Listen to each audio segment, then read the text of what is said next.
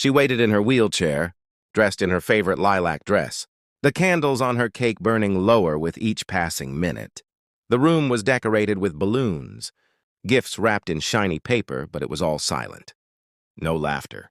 No friends. Not a single guest had come to celebrate the daughter of a wealthy CEO. She wasn't just fighting loneliness. She was fighting a world that refused to see past her condition. And then, when the silence seemed unbearable, a knock at the door changed everything. But who it was, no one could have expected. Her name was Amelia, the only daughter of a powerful CEO, whose wealth could buy almost anything except acceptance. A tragic accident years ago had left her paralyzed from the waist down, and though her father showered her with love and luxury, what she longed for most was something money couldn't provide: true friendship. As her 12th birthday approached, Amelia's excitement grew.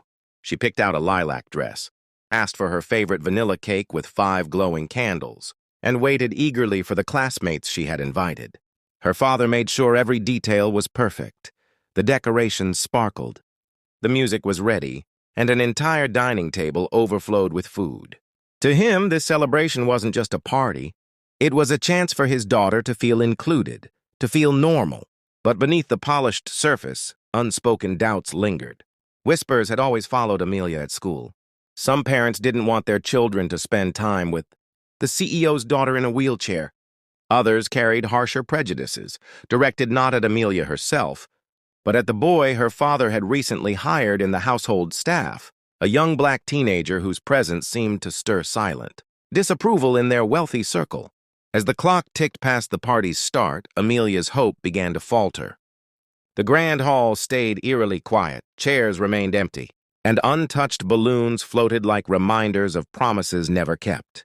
She glanced at the door with every sound, her heart leaping at the thought of footsteps, only to sink again into the silence. Little did she know, that silence was about to be broken by the one person she least expected. The clock on the wall ticked louder with every passing second, each chime echoing through the vast, decorated hall. Amelia's small hands tightened around the arms of her wheelchair, her eyes glued to the door. The cake on the table flickered with its tiny flames, waiting to be blown out but without laughter.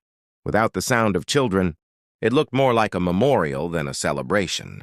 Her father checked his phone again, scrolling through the list of RSVPs. Every name had promised. Every parent had assured they'd bring their child. Yet as the minutes turned into an hour, not one had arrived. His chest tightened, not from anger at the insult, but from the sight of his daughter's forced smile fading into quiet despair. The truth was crueler than he wanted to admit. Many of his colleagues, his so-called friends, had whispered behind closed doors, "A wheelchair-bound girl won't fit in with our children." Others scoffed at his decision to employ a young black boy in his household staff, treating it as a scandal.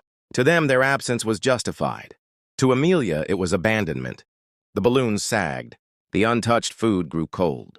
The carefully prepared music played faintly in the background, like a cruel reminder of joy that never came. Amelia's eyes began to water, though she blinked quickly, not wanting her father to see. She had dreamed of this day for weeks. A day where she might feel like everyone else. A day where she wasn't just the girl in the chair.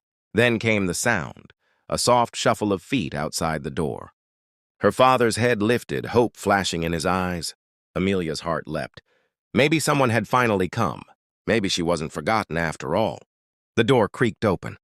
Standing there was not a group of children, not the classmates she had so carefully written invitations for. It was a boy with dark skin, wearing a simple shirt, holding a small gift wrapped clumsily in colorful paper. He hesitated in the doorway, his eyes shifting nervously as if he didn't belong.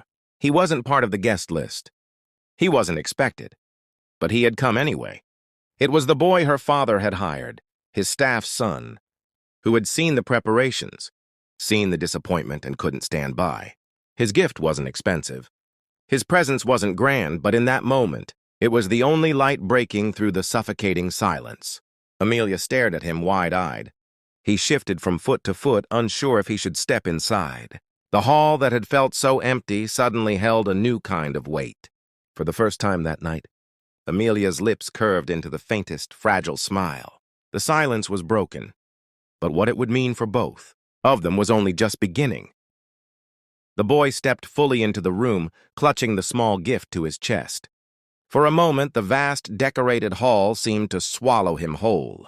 He wasn't dressed in fine clothes, and he carried none of the status symbols the absent guest's parents valued. Yet in that silence, he was the only one who had chosen courage over comfort.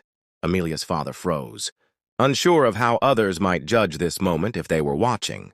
But Amelia's eyes, red from holding back tears, fixed on the boy, and for the first time all evening, her face lit up with real hope. He walked toward her slowly, each step heavy with the knowledge that he didn't belong here, at least not in the way society dictated. But to Amelia, he belonged more than anyone else ever could. The boy placed the gift on her lap, his hands trembling slightly. It wasn't expensive, just a small handmade trinket wrapped in paper he had borrowed from the kitchen staff. Yet to Amelia it was priceless. Her lips quivered as she whispered a thank you, her fingers brushing the ribbon. Tears welled in her eyes, not from sadness this time, but from the relief of finally being seen.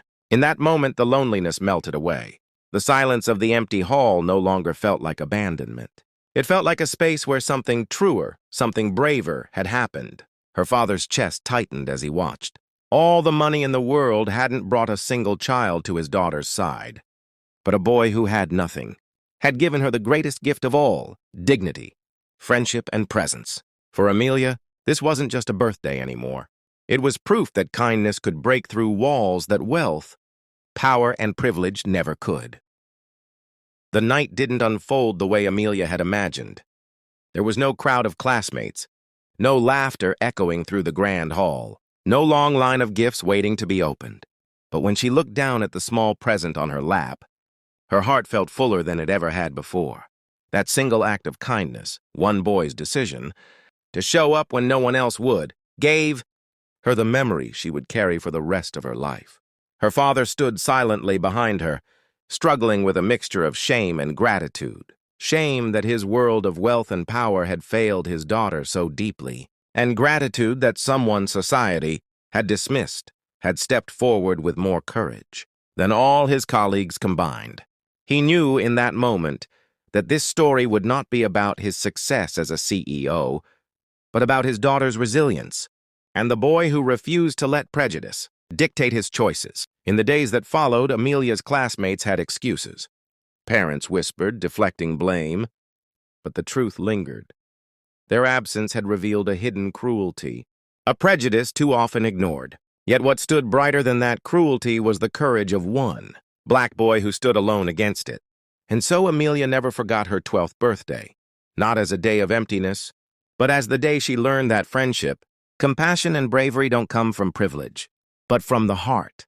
This story asks us a question.